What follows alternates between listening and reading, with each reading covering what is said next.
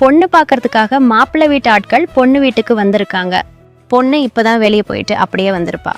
இதை பார்த்துட்டு பொண்ணோட அம்மா, என்னடி இப்படியே வந்துட்ட, மாப்பிள்ளை வீட்டு ஆட்களும் வந்திருக்க தெரியாதா என்ன உனக்கு? அவ்வளோதான். மாப்பிள்ளையோட அம்மா காலில் இருந்து தலை வரைக்கும் பொண்ணை கரெக்டாக பார்த்துட்டு இருக்காங்க. பொண்ணோட அம்மாவுக்கு நல்லாவே புரிஞ்சு போச்சு. பொண்ணுக்கு புடவை கட்டிட்டு கூட்டிட்டு வரேன்னு சொல்றாங்க.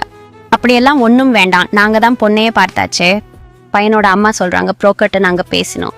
அவர் என்ன சொன்னாருன்னா, பொண்ணு கல்யாணம் அப்புறம் குஸ்தி எல்லாம் விட்டுருவாங்க அப்படின்னு சொன்னாங்க. ஆமாங்க ஆமாங்க, நீங்க சொல்ற மாதிரி பண்ணிடுவாங்க அப்படின்னு பொண்ணோட அம்மா சொல்றாங்க.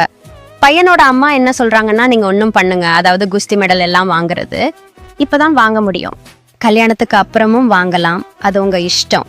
அதனால நீங்க என்ன பண்றீங்கன்னா, உங்களோட சின்ன பொண்ணை என் பையனுக்கு கட்டி வச்சிருங்கன்னு சொல்றாங்க. இதை கேட்டுட்டு இருந்த பொண்ணோட அப்பாவுக்கு பயங்கர வருத்தம். வந்தவங்களை கிளம்ப சொல்லிட்டாரு, இந்த மாதிரி பொண்ணுக்கு கல்யாணம் பண்ணி வைக்கணும்னு நம்ம நினைக்கிறோம். ஆனா பொண்ணு நம்ம பேச்ச கேட்க மாட்டேனே செம கோவத்துல சத்தம் போடுறாரு பொண்ணு கிட்ட. வெளியே வந்த பையன் அம்மா கிட்ட கேக்குறான், அம்மா என்னம்மா இப்படி பண்ணிட்டீங்க?